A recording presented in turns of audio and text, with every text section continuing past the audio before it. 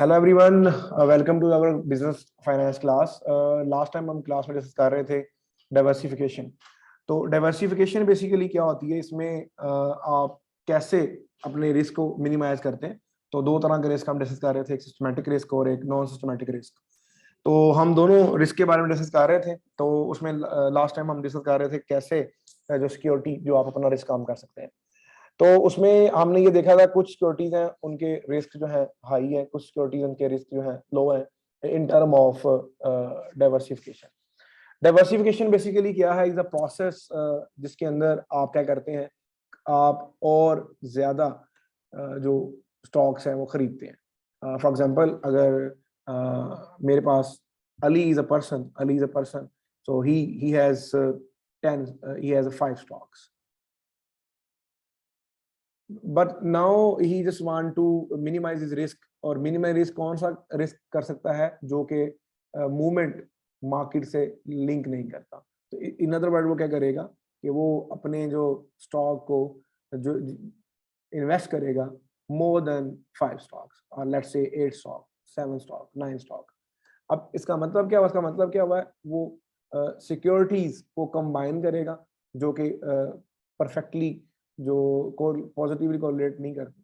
इसका मतलब क्या होगा, इसका मतलब ये होगा कि वो डाइवर्सिफाई कर रहा है कि वो तमाम सिक्योरिटीज जो हाई रिस्क है, जिन पर रिस्क ज्यादा है, उनको ओवर टाइम जो रिस्क कम करने के लिए वो सिक्योरिटीज को सेल आउट कर रहा है और कुछ सिक्योरिटीज जो है वो बाय कर रहा है। तो इन अदर सिंपल वर्ड में आप ये कह लें कि डाइवर्सिफिकेशन हम तब करते हैं जब हमने रिस्क को अवॉइड कर सकते हैं, वो अनसिस्टमेटिक रिस्क होता है। अब last time we were discussing there are two kind of risk, और जो रिस्क है जो वो कंपोनेंट है दो चीजों का। उसमें आपके पास सिस्टमेटिक रिस्क और प्लस जो अनसिस्टमेटिक रिस्क, जो दो रिस्क हैं उनका ये कंपोनेंट। अब दोनों रिस्क को कंबाइन करें तो टोटल रिस्क बनता है आपका। तो अब जो सिस्टमेटिक रिस्क और अनसिस्टमेटिक रिस्क क्या है, सिस्टमेटिक रिस्क क्या है, वो रिस्क जिसको आप मिनिमाइज नहीं कर सकते, अनअवॉइडेबल है और डाइवर्सिफाइएबल नहीं है। अब उसमें क्या है, उनकी मूवमेंट डायरेक्टली और इनडायरेक्टली डिपेंड करती है कि वो तमाम आपके जो रिस्क हैं जिनको आप काम नहीं कर सकते, वो आपके जो है सिस्टमेटिक रिस्क है। लेकिन डाइवर्सिफिकेशन हमें क्या हेल्प आउट करती है कि वो तमाम रिस्क जिनको हम मिनिमाइज कर सकते हैं, काम कर सकते हैं। तो उसमें हमारे पास जो दो तरह के जो रिस्क थे, पहले बात कर लेते हैं अनसिस्टमेटिक रिस्क जिसको हम काम कर सकते हैं थ्रू डाइवर्सिफिकेशन। अब उसमें हमारे पास जो पोर्टफोलियो के अंदर हम कहते हैं कि ऐसा रिस्क जिसको डिपेंड नहीं करता मार्केट की मूवमेंट पे, मार्केट की जो मूवमेंट है उस पर डिपेंड नहीं कर रहा, तो उसको आप मिनिमाइज कर सकते हैं थ्रू डाइवर्सिफिकेशन। अब उसमें हमने ये भी डिस्कस किया था कि अगर आप ए पर्सन है वो 5 स्टॉक खरीद है विद इन सेम इंडस्ट्री, और बी पर्सन जो है वो 5 स्टॉक खरीद रहा है अक्रॉस द इंडस्ट्री। तो इसका मतलब क्या है कि आप डाइवर्सिफिकेशन विद इन इंडस्ट्री भी कर सकते हैं और डाइवर्सिफिकेशन विद अक्रॉस द जो सेक्टर भी कर सकते हैं। तो अल्टीमेटली आपका जो ऑब्जेक्टिव है वो आपने क्या करना है, रिस्क को मिनिमाइज करना है थ्रू डाइवर्सिफिकेशन। तो लेट्स टेक एन एग्जांपल, जैसे अगर आप देखें हमारे पास सिक्योरिटी ई है, उस सिक्योरिटी ई में जो वेरिएशन है फ्रॉम द मीन वैल्यू, जब उसकी जो वेरिएशन है वो ज़्यादा है, सिक्योरिटी एफ की वेरिएशन कम है। जब इन दोनों को कंबाइन जो पोर्टफोलियो है उनकी वेरिएशन जो है वो कम है। यानी कि अगर एक सिक्योरिटी है उसकी रिस्क ज़्यादा हो रहा है, दूसरी सिक्योरिटी उसका रिस्क कम हो रहा है, तो कंबाइनली जो पोर्टफोलियो है उसका ओवरऑल जो रिस्क है वो कम हो रहा है। तो ये लास्ट टाइम हम डिस्कस कर रहे थे जो डाइवर्सिफिकेशन के बारे में। अब आते हैं आज के टॉपिक की तरफ। जो टॉपिक है उसमें हमने बात करनी है कि टोटल रिस्क क्या है, और टोटल रिस्क के दो कंपोनेंट हैं। एक कंपोनेंट उसमें सिस्टमेटिक रिस्क है, दूसरा कंपोनेंट उसमें अनसिस्टमेटिक रिस्क है। सिस्टमेटिक रिस्क बेसिकली क्या है, ये वेरिएबिलिटी है। वेरिएबिलिटी क्या, वेरिएंस है बेसिकली किसके दरमियान, आपके जो स्टॉक रिटर्न के दरमियान, और उनकी एसोसिएशन है with respect to the change in market as whole. अब मार्केट एज होल से मुराद यहाँ पे ये है कि ओवरऑल स्टॉक मार्केट कैसे परफॉर्म करती है। स्टॉक मार्केट के अंदर जो चेंजेस है, वो ट्रेडिंग चेंजेस है, वो कैसे अफेक्ट करती हैं आपके पोर्टफोलियो को या आपके स्टॉक को। आप सिंगल स्टॉक भी खरीद सकते हैं या आप एक से ज्यादा स्टॉक्स भी आपके पास हो सकते हैं, और आपका जो पोर्टफोलियो है वो डायरेक्टली या इनडायरेक्टली डिपेंड कर रहा है मार्केट चेंजेस में, यानी जो मार्केट चेंजेस में वो आपको चेंज कर रहा है, जैसे सिस्टमेटिक रिस्क है। आगे मैं इसको एक्सप्लेन करूंगा इसकी एग्जांपल्स के साथ कि कौन कौन से जो रिस्क है वो सिस्टमेटिक है, कौन कौन से रिस्क जो अनसिस्टमेटिक। अनसिस्टमेटिक रिस्क के अंदर क्या है, वेरिएबिलिटी ऑफ स्टॉक और रिटर्न होती है, और वो एक्सप्लेन नहीं करती मार्केट की परफॉर्मेंस, ओवरऑल जो मार्केट की मूवमेंट्स है वो एक्सप्लेन नहीं करती, उसको चेंज नहीं करती। तो उसको आप डाइवर्सिफिकेशन से आप उसको क्या कर सकते हैं, काम कर सकते हैं। तो सिस्टमेटिक रिस्क क्या है, ये वेरिएबिलिटी आपके स्टॉक या पोर्टफोलियो में है जो कि मार्केट में चेंजेस आने से। जैसे अगर आप बुक में एग्जांपल देखें तो stock Standard and Poor's index बताया है, लेकिन let's take an example regarding the Pakistan. तो Pakistan stock market, Islamabad stock exchange, तो उसके अंदर जो चेंजेस हैं पाकिस्तान की स्टॉक एक्सचेंज के अंदर, मार्केट कैपिटलाइजेशन के अंदर, ट्रेडिंग में, वो अफेक्ट करती हैं आपके रिटर्न को या आपके पोर्टफोलियो को। तो वो क्या है, सिस्टमेटिक रिस्क। और अनसिस्टमेटिक रिस्क क्या है कि जब आपके स्टॉक या जो पोर्टफोलियो है वो एक्सप्लेन नहीं होते या चेंज नहीं होते विद रिस्पेक्ट टू किसके, general market movement. General market movement से मुराद क्या है, जैसे मार्केट कैपिटलाइजेशन या ट्रेडिंग को लेते हैं, कैसे लेते हैं, as a performance of stock market, तो उस पर डिपेंड नहीं कर रहे होते। तो उस तरह के जो रिस्क को हम कम करने के लिए डाइवर्सिफिकेशन करते हैं। अगर हमारे पास 5 इंडस्ट्रीज के स्टॉक्स हैं तो हम 5 से 10 कर सकते हैं, या 5 से हम 3 कर सकते हैं। हम वो सिक्योरिटीज जो हाई रिस्क, जिनकी वेरिएशन ज़्यादा है, उनको छोड़ के वो सिक्योरिटीज या स्टॉक जो जिनकी वेरिएशन कम है खरीद सकते हैं। तो अनसिस्टमेटिक जो रिस्क है ये डाइवर्सिफाइबल है, डाइवर्सिफाई अवॉइडेबल है, और जो सिस्टमेटिक रिस्क है वो अवॉइडेबल नहीं है। So you can control that risk. और इन दोनों का जो कॉम्बिनेशन है टोटल रिस्क है, और यही टोटल रिस्क जो है तो वो हम आगे कैपिटल एसेट प्राइसिंग मॉडल के अंदर डिस्कस करेंगे, how to measure this risk as well. उसके बाद हमारे पास जो आता है नेक्स्ट, इसकी डिफरेंट एग्जांपल्स हैं। जैसे यहाँ पे अगर आप देखें आपके पास, तो सबसे पहले बात कर लेते हैं, 2 कंपोनेंट है। तो 2 कंपोनेंट जो बेसिकली रिस्क में हम मेजर करते हैं, वेरिएंस है, और variance is a measure of dispersion, और हम स्टैंडर्ड डेविएशन जो है उसको लेते हैं एज अ मेजर और measurement, as a proxy to measure the performance और रिस्क। इन अदर वर्ड में आप number of security in portfolio और उनका अगर आप with respect to variance combine करते हैं और देखते हैं, तो वो तमाम जो रिस्क वेरिएशन जो है वो टोटल रिस्क को बताती है। उसमें 2 तरह कंपोनेंट है, एक जो है सिस्टमेटिक और एक अनसिस्टमेटिक। और जैसा कि ऐसे फैक्टर्स जो हैं जो कि आपको हेल्प आउट करते हैं, चेंज करती है, जैसे मैंने यहाँ पे द इकोनॉमी में चेंज आता है, टैक्स रिफॉर्म में चेंज आता है, या कोई चेंज इन वर्ल्ड सिचुएशन जैसे कोविड है, या कोई ऐसा इवेंट हैपन होता है जिसके हैपन होने से आपकी जो इकोनॉमी है वो अफेक्ट होती है, या आपकी स्टॉक मार्केट की जो परफॉर्मेंस है वो चेंज होती है। तो you are not able to control all these factor in by your hand. तो इसका मतलब क्या है कि वो तमाम फैक्टर्स जो हैं वो सारे के सारे आप अनअवॉइडेबल है, आप उसको काम नहीं कर सकते। तो इसलिए वो सिस्टमेटिक रिस्क के अंदर आते हैं। और जो वो कांस्टेंट है, जो अगर आप इस पिक्चर में देखें स्लाइड के अंदर, तो जो ब्लैक कलर शो कर रहा है वो सिस्टमेटिक रिस्क है, उस रिस्क को आप कम नहीं कर सकते। लेकिन ओवर टाइम अगर आप नंबर ऑफ सिक्योरिटी पोर्टफोलियो का इन्हांसमेंट करते हैं तो you can decrease the unsystematic risk. और जैसे जैसे अगर आप आते हैं यहाँ ऊपर से राइट वर्ड, लेफ्ट वर्ड की डाउनवर्ड की तरफ, तो ये आपको बता रहा है कि हायर रिस्क कम हो रहा है, लोअर रिस्क। और ये क्या है कि number of securities in portfolio जितनी ज्यादा होती जाएंगी उतना रिस्क आपका कम होता जाएगा। इसका मतलब क्या है कि आपने सिक्योरिटीज खरीदते गए और उस सिक्योरिटी खरीदने की वजह से आपका रिस्क कम होता गया है, और वो जो रिस्क है अनसिस्टमेटिक रिस्क है। और जबकि सिस्टमेटिक रिस्क जो है सिमिलर है, वो कंबाइन है, उसमें कोई चेंज नहीं है। उसके बाद जो कुछ फैक्टर्स ऐसे हैं जिनको अगर हम देखें, जो कि मैंने एग्जांपल बताई, जिसमें आप कुछ यूनिक फैक्टर्स हैं इंडस्ट्री के लिहाज से, जो वो आप एक्सप्लेन करते हैं। जैसे यहाँ पे अगर देखें तो आपको कंपनी इंडस्ट्री में एग्जांपल बताइए कि अगर आप कोई इफेक्ट होता है, कैसे इफेक्ट होता है कि कोई सीईओ या गवर्नमेंटल डिफेंस कॉन्ट्रैक्ट है या कोई और चेंज आता है, तो वो चेंज भी जो है आपके रिस्क जो अनसिस्टमेटिक रिस्क जो है उसको अफेक्ट नहीं करता, और उसको जब अफेक्ट नहीं करता तो आप उसको डाइवर्सिफिकेशन से कम कर सकते हैं। अब इसके बाद डाइवर्सिफिकेशन के बाद जो नेक्स्ट जो टॉपिक है हमारा डिस्कस करना है, this one is a capital asset pricing model, CAPM model. CAPM model सबसे पहले शपीरो ने इंट्रोड्यूस करवाया था और based on that he get Nobel prize, और 1960s में ये उन्होंने प्रपोज किया और इसके बेस इस वर्क के ऊपर उनको नोबेल प्राइज मिला।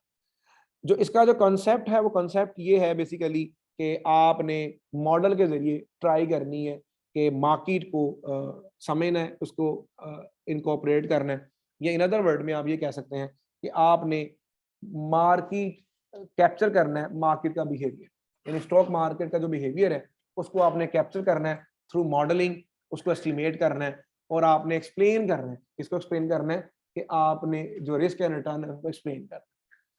तो कैपिटल एसेट प्राइसिंग मॉडल जो है बेसिकली ये क्या है, ये कॉम्बिनेशन है किसके दरमियान, रिस्क के दरमियान और रिटर्न के दरमियान, along with you also consider the risk free rate, risk premium और based on जो इकोनॉमी सिस्टमेटिक रिस्क सिक्योरिटी की। तो अगर हम कैपो मॉडल को इन शॉर्ट अगर आप बात करें इसमें क्या है कि आपके पास रिस्क फ्री रेट और प्लस मार्केट सेंसिटिविटी या जिसको बीटा बोलते हैं, हम इसको एक्सप्लेन करेंगे, तो वो है। अब इसमें सबसे पहले आपके पास जो कैपम मॉडल को समझने के लिए हमें समझना है कि हमारा जो एक्सपेक्टेड रिटर्न, मीन रिटर्न क्या है और उसके अलावा हमें रिस्क क्या है, यानी कि रिटर्न और रिस्क की जो डिफरेंट कॉम्बिनेशंस हैं उनको मॉडल करना है और उस मॉडल को करने को हम कैपम मॉडल बोलते हैं। अब वो आगे डिपेंड करता है कि उसमें आपके पास जो एक्सपेक्टेड रिटर्न होना चाहिए, एक्सपेक्टेड रिटर्न जो है वो बेसिकली आपका मीन रिटर्न या ऑन एवरेज रिटर्न जो है, उसके बाद आप कंटिन्यू डिस्कस करते हैं रिस्क फ्री रेट को। रिस्क फ्री रेट वो क्या है, जो कि जो गवर्नमेंट की जो सिक्योरिटीज है, इन एनी केस आपको उसमें रिटर्न मिलेगा, तो इसका मतलब क्या है, there is no risk, zero risk है और आपको रिटर्न मिलेगा और उसको रिस्क फ्री रिटर्न, तो वो नॉर्मली शॉर्ट टर्म से इंटरमीडिएट टर्म तक आपको सिक्योरिटीज देती है। इसकी एग्जांपल हम लेते हैं जैसे treasury bills, short term security, after 30 days you will get the profit at least. उसके बाद इसमें हम ऐड अप करते हैं जो प्रीमियम बेस, जो प्रीमियम बेस है बेसिकली वो सिस्टमेटिक रिस्क ऑफ सिक्योरिटी है, वो डिपेंड करता है दो चीजों पे, वो बीटा से हम ये करते हैं, दो चीजों पे डिपेंड करता है। उसमें एक तो मार्केट का रिटर्न है, दूसरा उसमें जो विद रिस्पेक्ट टू डिफरेंस है रिस्क फ्री रिटर्न, और वो चेंजेबल जो है वो बताता है हमें प्रीमियम या बीटा। तो ये तो कैपा मॉडल है। अब कैपा मॉडल के कुछ अजम्पशंस हैं, कोई भी थ्योरी है, कोई भी मॉडल है, कोई भी फ्रेमवर्क है, उस फ्रेमवर्क या थ्योरी के लिए कुछ सर्टन पॉइंट्स हैं जो हमें फॉलो करने पड़ते हैं, या कंडीशन या सर्कमस्टांसेस। उसमें सबसे पहला है कि कैपिटल एसेट प्राइसिंग मॉडल के लिए जो आपकी मार्केट्स हैं वो एफिशिएंट है, यानी कि जो आपकी कैपिटल मार्केट्स हैं, स्टॉक मार्केट्स हैं, वो आपकी एफिशिएंट है। उसके अलावा सेकंड नंबर पे homogeneous investor expectation over given period, यानी जिस पीरियड के लिए आप उसको एस्टिमेट कर रहे हैं उनमें जितने भी इन्वेस्टर हैं जो इन्वेस्ट कर रहे हैं उन सब का जो बिहेवियर है वो होमोजीनियस सिमिलर है, यानी कि सबकी एक्सपेक्टेशन सेम है। ओवर टाइम या ओवर पीरियड के दौरान जो एक्सपेक्टेशन है वो चेंज नहीं होती। एक्सपेक्टेशन से मुराद यहाँ पे रिटर्न्स है।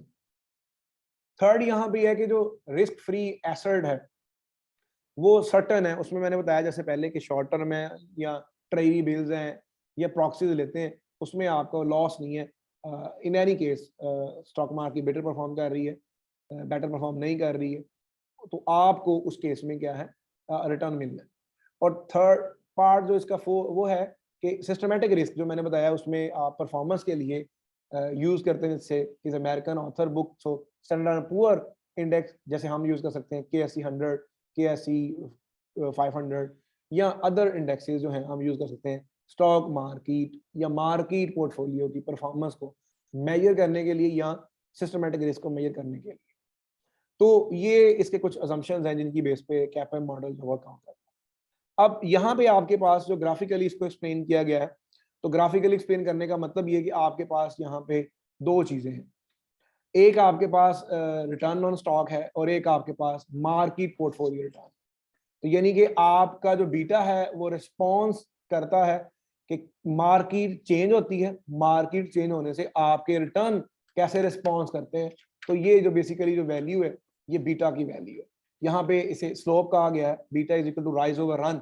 राइज ओवर रन जो आपकी स्लोप है उसमें ये राइज क्या है कि चेंज इन आपका रिटर्न कितना है ओवर चेंज इन मार्केट, या आसान जबान में ये कह लें कि मार्केट आपके स्टॉक ने में कितना चेंज आया है मार्केट पोर्टफोलियो के लिहाज से, या in short how much change in your excess return of your stock with respect to excess return of portfolio, market portfolio, यानी मार्केट के लिहाज से। तो ये जो जो लाइंस है ये बीटा की वैल्यू को इंटरप्रेट करती है। बीटा की वैल्यू डिफरेंट हो सकती हैं और वो जो है आगे आपकी जो बिहेवियर इन्वेस्टर का उसको मेजर करती है कि मार्केट में चेंज होने से इन्वेस्टर कैसे रिस्पॉन्स करता है। तो उसको हम डिस्कस करते हैं कि वो अग्रेसिव है, डिफेंसिव है, या इक्वल है, या किस तरह है। तो उसके बाद आपके पास जो ये है कि व्हाट इज बीटा बेसिकली, जैसे मैंने एक्सप्लेन किया, बीटा जो है ये सिस्टमैटिक रिस्क का मेजरमेंट है और वो मेजर करता है सेंसिटिविटी ऑफ योर स्टॉक और return with respect to market portfolio. अब मार्केट में जो चेंजेस आती हैं उस चेंजेस की वजह से आपके स्टॉक या पोर्टफोलियो में कितना चेंज आता है, वो जो वैल्यू है वो बीटा है। यानी वो आपका सिस्टमैटिक रिस्क की मेजरमेंट है, वो इसका इंडेक्स है। और बीटा जो बेसिकली अगर आप पोर्टफोलियो है आपका, एक से ज्यादा आपके पास स्टॉक है, तो वो उसका सिंपली वेटेड एवरेज है किसका, तमाम बीटास का। यानी कि अगर आपके पास 5 स्टॉक है तो पहले आप पहले स्टॉक का मेजर करेंगे कि कितना रिस्पॉन्स है, फिर आप दूसरे स्टॉक का मेजर करेंगे, फिर तीसरे स्टॉक का मेजर करेंगे। तो आप बारी बारी हर स्टॉक का बीटा मेजर करेंगे और then you have take the average of the beta, तो वो आपका पोर्टफोलियो का बीटा आ जाएगा, एवरेज बीटा आ जाएगा। उसको हम कहेंगे कि आपका पोर्टफोलियो वेटेड एवरेज है। तो बीटा बेसिकली क्या बताता है हमें कि मार्केट के लिहाज से हम एज ए इन्वेस्टर अपना हमारा स्टॉक का रिटर्न जो है वो कैसे रिस्पॉन्स करता है। तो ये बेसिकली बीटा। अब you can see this slide, इस स्लाइड के अंदर you can have a different kind of lines या डिफरेंट काइंड ऑफ इन्वेस्टर आप कह सकते हैं। अब यहाँ पे बीटा की वैल्यू डिफरेंट हो सकती है, लेकिन यहाँ पे 3 केस जो है वो डिस्कस किए। फर्स्ट केस में beta value greater than 1, second case में beta is equal to 1, third case में बीटा इज लेस देन 1। अब सबसे पहले इसका मतलब समझते ये है क्या। हर लाइन जो है वो डिफरेंट स्लोप रखती है, उसके अलावा इसकी वैल्यू 0.5 हो सकती है, इसकी वैल्यू 1.2 हो सकती है, इसकी वैल्यू डिफरेंट हो सकती है, 1 से ज्यादा भी हो सकती है, 1 से कम भी हो सकती है, और डिपेंड करता है। तो डिफरेंट वैल्यूज हैं, बट हर वैल्यू जो है वो यहाँ पे 3 वैल्यूज हैं, 3 डिफरेंट लाइंस हैं और 3 डिफरेंट स्लोप्स हैं। Slope mean rate of change है विद रिस्पेक्ट टू मार्केट। अब सबसे पहले जो बीटा ग्रेटर देन 1 है, इसका मतलब क्या है कि आप एज ए इन्वेस्टर मार्केट में थोड़ा सा चेंज आया है, आपने अपने स्टॉक के रिटर्न में चेंज बहुत ज्यादा देखा है। इसका मतलब क्या हुआ कि आप एग्रेसिव जो पॉलिसी है, एग्रेसिव है, उसको अपनाएंगे। इन अदर वर्ड में यानी कि जो आपके जो स्टॉक्स हैं वो अग्रेसिव है, और अगर वो उसकी वैल्यू जो है वो कम आती है, मतलब कम आने से मुराद है कि जैसे इक्वल टू 1 है, इसका मतलब क्या है कि change in market equal to change in your stock, वो दोनों क्या है, बराबर है। अब उसमें क्या है कि आप unavoidable risk as a whole जो चेंज हो रहा है, जितना वो चेंज हो रहा है उतना ही आपके स्टॉक के जो रिटर्न है वो चेंज हो रहा है। अब उसमें क्या है, उसमें आपके पास आप ये देखना चाह रहे हैं, और अगर आपकी स्लोप लेस देन 1 है तो इसका मतलब क्या है कि आपके जो प्रोपोर्शनल वेरिएशन है, आप मार्केट में चेंजेस ज्यादा हो रही हैं, और जो स्टॉक मार्केट का इंडेक्स हमने मार्केट कैपिटलाइजेशन लिया है या इंडेक्स ऑफ परफॉर्मेंस लिया है हमने, KSE 100 लिया है, उसमें जो चेंजेस हैं वो ज्यादा आ रही हैं, लेकिन जो आपका स्टॉक या पोर्टफोलियो है उसके रिटर्न में चेंजेस कम आ रही है। यानी कि लेट्स से अगर मार्केट में चेंज आ रही है 10%, तो आपके रिटर्न में चेंजेस आ रही है 2%, 3%। इस केस में जो आपका बीटा की जो वैल्यू है वो लेस देन 1 है, इसका मतलब है कि डिफेंसिव जो बिहेवियर किसका, मार्केट। और उसके बाद इक्वल टू 1 है तो प्रोपोर्शनल चेंज, यानी कि 10% मार्केट में चेंज है, 10% आपके स्टॉक में चेंज है, इक्वल प्रोपोर्शन। और एग्रेसिव से मुराद ये कि मार्केट में 10% चेंज आया है, लेकिन आपके जो स्टॉक रिटर्न है उनकी में चेंजेस जो है 20%, 30%, 40% है, तो वो आपका क्या है, एग्रेसिव बिहेवियर। तो ये बेसिकली जो बीटा की डिफरेंट वैल्यूज हैं उसका मतलब क्या है और ये क्या बताती हैं। और जो बीटा है ये डायरेक्टली डिपेंड करता है कि डिफरेंस ऑफ किसके, मार्केट रिटर्न, जो मार्केट में आपको रिटर्न मिल रहा है, माइनस जो आपका जो रिस्क फ्री रेट। तो अगर हम इसको आगे इसकी इक्वेशनल फॉर्म में जाएं तो ये इसकी इक्वेशनल फॉर्म जो मार्केट सिक्योरिटी लाइन है, जो मार्केट सिक्योरिटी लाइन है तो वो हमें क्या बताती है। तो यहाँ पे आपके पास फार्मूला है जिसमें आपको R J is equal to R F is equal to beta J into R M minus R F. अब इसके अंदर आपके पास क्या है, इसके अंदर आपके पास है कि जो आर है ये आपका रिटर्न है स्टॉक का, आर एफ जो है वो रिस्क फ्री रिटर्न है जो आप उसका कंपोनेंट है, बी जो है बीटा है जो हमने अभी डिस्कस किया है, सिस्टमेटिक रिस्क ऑफ स्टॉक है, और आर एम जो है मार्केट का एक्सपेक्टेड रिटर्न है जो मार्केट के अंदर मिल रहा है अगर आप इन्वेस्टमेंट नहीं करते in stock market. R F जो है वो डिफरेंस है। अब जो बीटा है बेसिकली ये क्या है, change in stock with respect to change in market movement. तो वो अगर हम इसको बात करेंगे तो ये आ जाएगा change in R J divide by change in R M minus R F. तो वो बीटा की वैल्यू होगी, और बीटा की वैल्यू अगर दोनों में प्रोपोर्शनेट इक्वल है तो 1 है। अगर बीटा की जो वैल्यू 1 से ज्यादा है इसका मतलब क्या है कि रिटर्न में चेंज ज्यादा है as compare to market changes, और अगर उसकी वैल्यू लेस देन 1 है तो इसका मतलब है मार्केट में चेंजेस जो है वो ज्यादा है, रेस्पॉन्स जो चेंजेस कम। तो ये आपका जो कैपम मॉडल या मार्केट सिक्योरिटी लाइन। अब इसको हम इसको कैसे एक्सप्लेन करते हैं मार्केट सिक्योरिटी लाइन को, ये बेसिकली हमें रिलेशनशिप बताती है कि आपके एक्सपेक्टेड रिटर्न और आपकी सिक्योरिटी जो सिस्टमेटिक रिस्क है उनके दरमियान क्या रिलेशनशिप है। यानी कि आपकी रिटर्न और आपकी जो मार्केट मूवमेंट चेंजेस है सिस्टमेटिक रिस्क के जो है उनके दरमियान क्या रिलेशनशिप है, तो वो हमें सिक्योरिटी मार्केट लाइन बताती है। अब यहाँ पे उसी चीज को हमने ग्राफिकल एक्सप्लेन किया, जब बीटा 1 होता है इसका मतलब आप क्या है कि जितना चेंज आ रहा है आपकी प्रोपोर्शनेट मार्केट में उतना ही चेंज आपके रिटर्न में आ रहा है। तो उस दैट केस के अंदर आपका जो आर एफ है वो रिस्क फ्री रिटर्न जो है वो आपको डिफॉल्ट मिलना है, और जो आपका आर एम है वो दोनों जो है सेम प्रोपोर्शन चेंज के अंदर। इसका मतलब क्या है कि इस केस में आपका जो मार्केट सिक्योरिटी लाइन है वो बीटा 1 वो आपकी चेंजेबल नहीं है, दोनों प्रोपोर्शनल चेंज हो। उसके बाद अब ये है कि इसको हम कैसे कैलकुलेट करते हैं, कि कैसे डिटरमाइन करते हैं कि रिक्वायर्ड जो रेट ऑफ रिटर्न है वो कितना होना चाहिए, कि हम कितना रिटर्न होगा इन्वेस्टमेंट करेंगे। उसके लिए यहाँ पे जो एग्जांपल है वो है लिजा मिलर जो बास्केट डिटरमाइन करती है कि रेट ऑफ रिटर्न उसको चाहिए, स्टॉक इन्वेस्टर है तो वो कहती है कि 6% जो रिटर्न है उसको मिल रहा है, रिस्क फ्री रिटर्न मिल रहा है। जैसे अगर आप ग्रीन में देखें 6% आर एफ लिखा है। Long term market expectation rate of return जिसको मार्केट एक्सपेक्टेशन उसकी है 10% है कि मुझे 10% फायदा होगा मार्केट में। और जो as a stock market analyst तो आपने फर्म का कैलकुलेट करना है, उसके लिए आपने जो कैलकुलेट किया है बीटा वो 1.2 है, यानी कि आपके उसके जो डाटा कैलकुलेट किया है जो आपने चेंजेस निकाली है वो 1.2 आई है। और अब आप देखना चाहते हैं कितना रिक्वायर रिटर्न होगा स्टॉक के लिए उस बास्केट के लिए। तो इसके अंदर आपको रिक्वायर्ड रिटर्न करने का सिंपल वो सेम इक्वेशन है। यहाँ पे आर एफ गिवन है आपको 6% है, प्लस बीटा आपको गिवन 1.2 है, आर एम जो है वो 10% है जो एक्सपेक्ट कर रहे हैं, 6% जो रेट ऑफ चेंज है वो रिस्क फ्री है। दोनों का डिफरेंस लेके बीटा से मल्टीप्लाई करेंगे 1.2 से एड अप करेंगे तो आपके पास आता है 10.8%। अब 10.8% जो है जो आपने एक्सपेक्ट किया था मार्केट 10% उससे ज्यादा है, इसका मतलब है उससे ज्यादा है, इसीलिए जो बीटा आपका 1 से ज्यादा है। इसका मतलब क्या हुआ कि आपकी मार्केट में जो चेंजेस आई हैं उससे आपके जो रिटर्न जो है एक्सेस उसकी चेंजेस ज्यादा है। तो वो क्योंकि पहले आप 10% एक्सपेक्ट कर रहे थे वो अब आपकी 10.8% है, इसका मतलब है कि आपकी 8% जो है वो ज्यादा है changes proportionate as compare to market.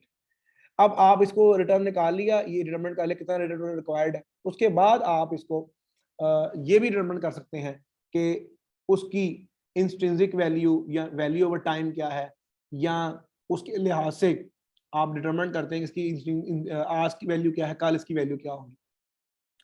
उसके लिए हम यूज करते हैं कांस्टेंट ग्रोथ मॉडल्स है, और भी डिफरेंट मॉडल्स हैं। कांस्टेंट ग्रोथ मॉडल हम इसलिए कहते हैं इसमें जो ग्रोथ रेट होता है वो फिक्स होता है, तो इसीलिए जैसे उन्होंने बताया कि हमें जो वो एस्टिमेट किया उसको जो डिविडेंड मिलेगा नेक्स्ट पीरियड के लिए वो $0.50 मिलेगा, और जो ग्रोथ रेट कांस्टेंट है वो 5.8% है, यानी कि कंपनी ग्रो कर रहेगी 5.8% पे, या स्टॉक की परफॉर्मेंस ग्रो करेगी 5.8% पे, और जो करंटली उसके पास स्टॉक है वो जो सेलिंग है वो $15 में सेल आउट कर रहे हैं।